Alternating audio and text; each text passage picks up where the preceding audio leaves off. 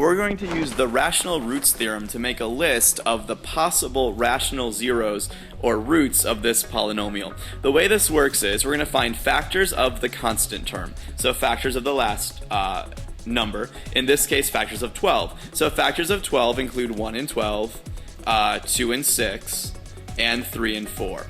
So, and that's all of them. I'm going to then find the factors of the leading coefficient. Well, in this case, the leading coefficient is 1, and so the only factors of 1 are, of course, just 1.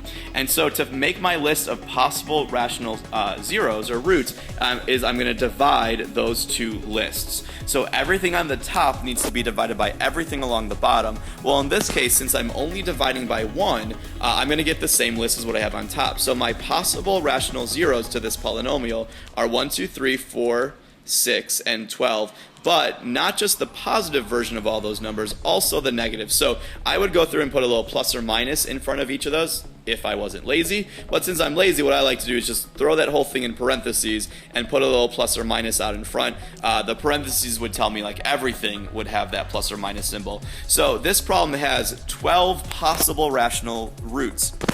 Well, the thing is, we know that this problem has 3 solutions. The highest exponent tells us how many solutions this has. So knowing that I have a list of 12 possibilities, but only 3 of them at most are going to work, we're going to have in a few minutes, or in a different video I should say, we're going to have to test those, but just picking one at random, I'm not going to have very good odds of checking them. But if there is a rational zero, it's going to be somewhere in that list.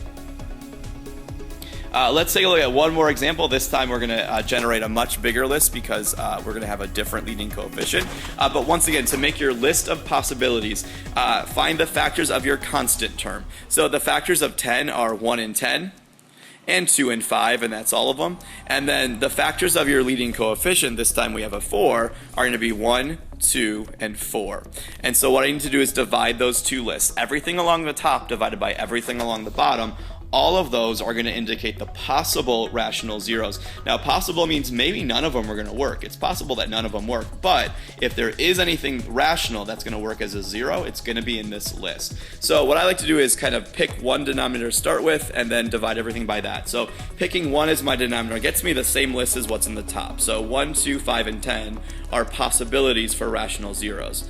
Next up, let's take 2 as the denominator. Now, you don't want to include any repeats. So for example, 1 divided by 2 is a half. I don't have that in the list yet.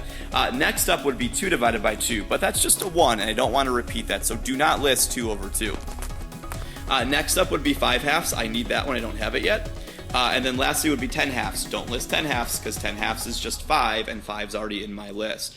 Alright, and then finally let's take our last denominator of 4 and divide everything on the top by 4. Don't include any repeats though. 1 divided by 4, I need it. 2/4, I have it.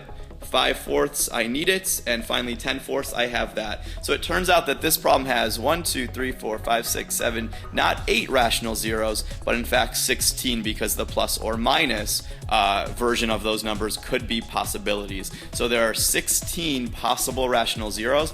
I know this problem though only has 4 solutions, so I definitely have way too many. In the next video we're going to look at how to eliminate the extra ones and just find the ones that we need.